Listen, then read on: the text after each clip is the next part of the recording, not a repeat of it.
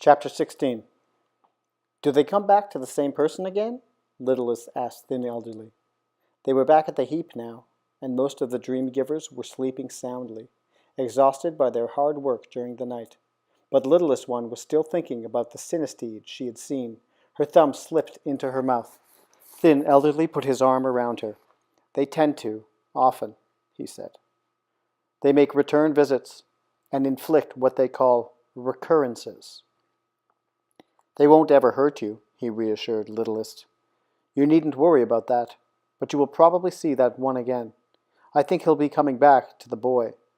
We just have to hope that the horde won't come with him. The boy is very vulnerable. They sense that, he explained. They can sense when someone is weak or in need. The thumb popped out. But the boy needs me, Littlest said. Sorry, she added. I meant he needs us. Thin Elderly laughed affectionately. Yes, he does, he told her. But I think he really needs me most, she confided, yawning, because he's very little for a human boy, and I know what it's like to be little. Well, said Thin Elderly, it will serve him well, your understanding. We'll have to give him very good dreams. Yes, he needs every good dream we can bestow. We'll work very hard on strengthening the boy. I think we can even neglect the woman for a few nights. She's quite strong. But old, Littlest pointed out sleepily. Very wrinkly and old.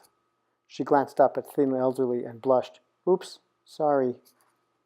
It's all right. I'm old too, and wrinkly. I know that, and she is the same. That's true. And old people do need their dreams as much as anyone. But right now, I feel we must concentrate on that little boy. He has so few fragments to hold on to, and some were destroyed during the infliction last night. The woman will help him too. Remember, when she told him a story and it helped him to go to sleep? I'll tell you a story, she said to him. I like that. Yes, she's good to him. What's a story exactly? Littlest asked suddenly. Thin Elderly looked at her with amusement.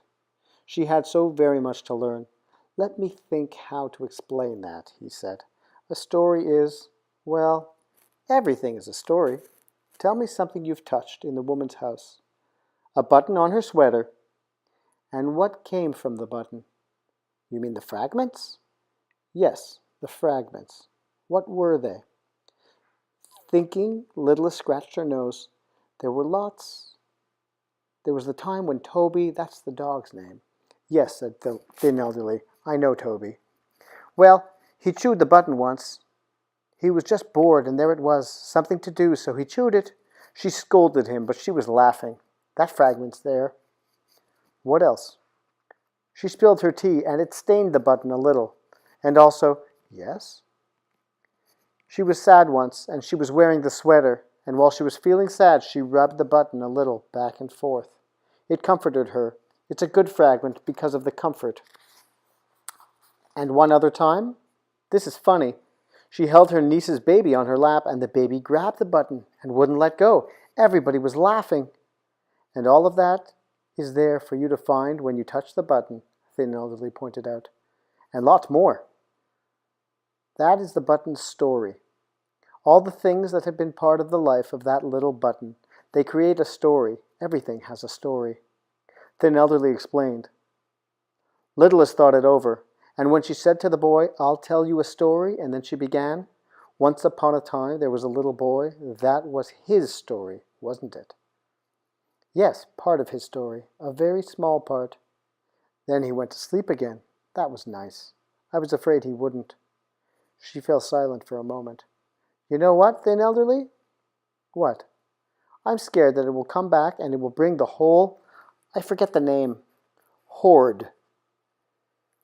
Yes, I'm afraid of the horde. We'll strengthen him. We'll fight the horde by strengthening him. That's our job. It's an important job, she said sleepily, but scary. It is indeed. Thin Elderly stretched and settled himself into a comfortable position. Curl up now and get a good day's sleep, he said. Tonight we'll start the strengthening. We'll have some hard work to do. He glanced over at Littlest One and smiled. Her wide eyes had already closed. He closed his as well, and now the whole heap slept and was silent, refreshing their vigor and strength for the work of the next night.